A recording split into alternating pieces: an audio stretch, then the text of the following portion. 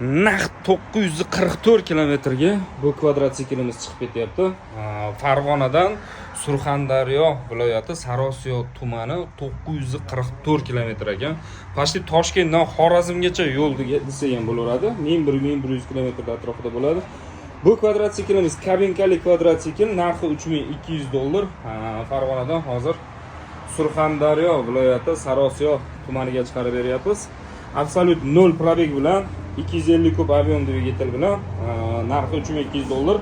Oldida lyubotkalari ham bor. $3200 dan tashqari 1.300.000 so'm, 1.200.000 so'm yo'l kirasi bilan Surxondaryo viloyati Sarosiyo tumaniga yetib boradi. Jami so'mga hisoblaganimizda hop 42.800.000 atrofida yetib boradi.